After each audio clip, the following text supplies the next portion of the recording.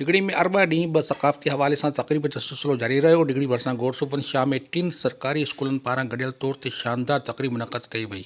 स्कूली शागिर्दनि शागिर्दियाणियुनि टवलियोस ख़ाका ऐं तकरीरूं पेश करे ख़ूब तात माणियो।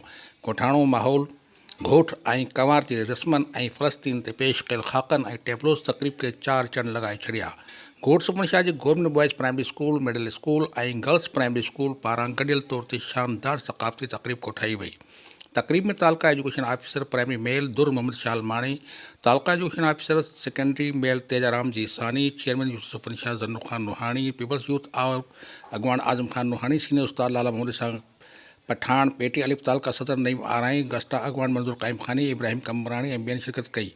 इबरत पब्लिकेशन ऐं इबरत न्यूज़ पारां सक़ाफ़ती तकरीबूं पब्लिश करण ऐं मज़लूम अवामी मसइलनि खे उजागर करण ते इबरत न्यूज़ सां ॻाल्हाईंदड़ सैयद अली शाह स्कूली ॿार असां शुक्रगुज़ार आहियूं इबरत न्यूज़ जा जिन शानदार तरीक़े सां सकाफ़ती ॾियारो मल्हाइण लाइ तकरीबूं कोठाई रही आहे। शहर में हिन वक़्तु ईद जो समय, ईद जो ॾेख ॾेई रहिया आहिनि। शहरी तव्हां ॾिठा हूंदव सिंधी टोपी अजरक पाए समूरो शहर जरकी थियो आहे। इबरत न्यूज़ न सिर्फ़ु सकाफ़त ॾियारो मल्हाइण सां गॾोगॾु सिंध जे मुख़्तलिफ़ बरंदड़ इशूज़ ते पंहिंजो पाण मल्हायो आहे। हमेशह बहितरीनु किरदारु अदा कंदी रही आहे। इबरत न्यूज़ अवाम जी नुमाइंदगी कंदी रही आहे।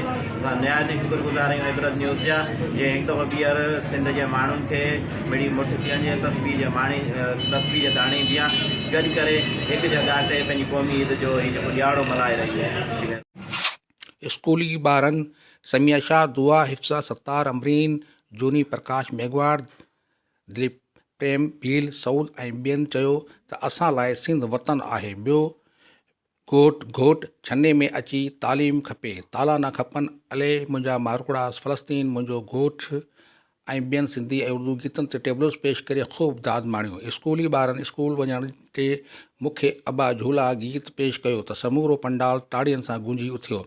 सिंध ऐं अंग्रेज़ी तकरीरनि ज़रिए स्कूली ॿारनि सक़ाफ़त ते रोशनी विधी। तकरीब खे जन्नू खान नुहानी, दुरमन शालमानी, तेजाराम जी सानी, MS तालका उस्ताद डिग्री डॉक्टर लिया जट, आज़म नुहानी, मंजूली चेलियो, सैयद अली शाह ऐं ॿियनि उस्तादनि आयल महिमान खे ख़िताब कंदे चयो त ख़ुदा जी हिन धरती ते सिंध जन्नत मिसल, सिंध खे ज़मीन जी टुकड़े जो नालो न आहे। सिंध असांजी नसनि में गर्दिश कंदड़ आहे, इन खून ऐं जिस्म में रूह मिसल आहे।